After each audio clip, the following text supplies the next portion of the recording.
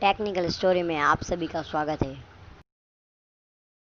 ये कहानी 17 साल के जिगर नाम के एक लड़के के साथ हुए एक हादसे की है।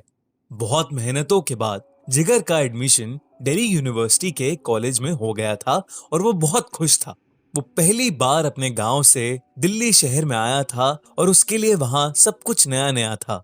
जिगर अक्सर लाइब्रेरी में बैठा पढ़ता रहता था, पर एक दिन जब वो लाइब्रेरी की शेल्फ से एक किताब ले रहा था, तब अचानक उसे शेल्फ की दूसरी ओर एक डरावना सा चेहरा दिखा, जिसे देखते ही वो चिल्ला उठा और उसके हाथ से वो किताब गिर गई। जिगर की चीख सुनकर एक लड़की उसके पास आई और उसने पूछा अगर वो ठीक है कि नहीं। जिगर ने जब पीछे मुड़कर देखा तो मानो उसकी सिट्टी पिट्टी गुम हो गई। वो लड़की बेहद सुंदर थी और जिगर उसको देखते ही मंत्रमुग्ध हो गया था। उस लड़की ने जिगर से फिर पूछा कि वो ठीक है कि नहीं।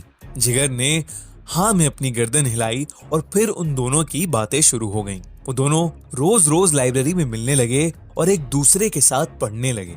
जिगर को वो लड़की काफी पसंद आने लगी, पर एक दिन अचानक वो लड़की गायब हो गई। कुछ दिन तक जब वो लड़की लाइब्रेरी में नहीं आई, तब जिगर ने पूरा कॉलेज छान मारा, पर वो कहीं नहीं थी। इनफैक्ट उस नाम की कोई लड़की उस कॉलेज में पढ़ती ही नहीं थी। ये मालूम होने पर वो सीधा लाइब्रेरियन के पास गया और उसने उससे पूछा कि वो जो लड़की उसके साथ रोज पढ़ती थी उसका क्या नाम है और वो कहाँ मिलेगी। तब उस लाइब्रेरियन ने उसे बताया कि उसने कभी भी जिगर को किसी लड़की के साथ बैठे नहीं देखा। ये सुनकर जिगर के होश उड़ गए। तभी उसे उस लड़की की पुकार सुनाई दी। वो आवाज लाइब्रेरी के उसी कोने से आ रही थी जहां वो लड़की उसे पहली बार मिली थी। वहां वो लड़की शेल्फ की तरफ मुंह करके खड़ी थी। जिगर ने उससे पूछा तुम कौन हो। उस लड़की ने कोई जवाब नहीं दिया। जिगर डरता हुआ उसके थोड़ा और पास गया और उसने पूछा कौन हो तुम। तभी उस लड़की ने जिगर को पीछे मुड़कर देखा। वो चेहरा एक चुड़ैल का चेहरा था, जिसे देखते ही जिगर बेहोश हो गया।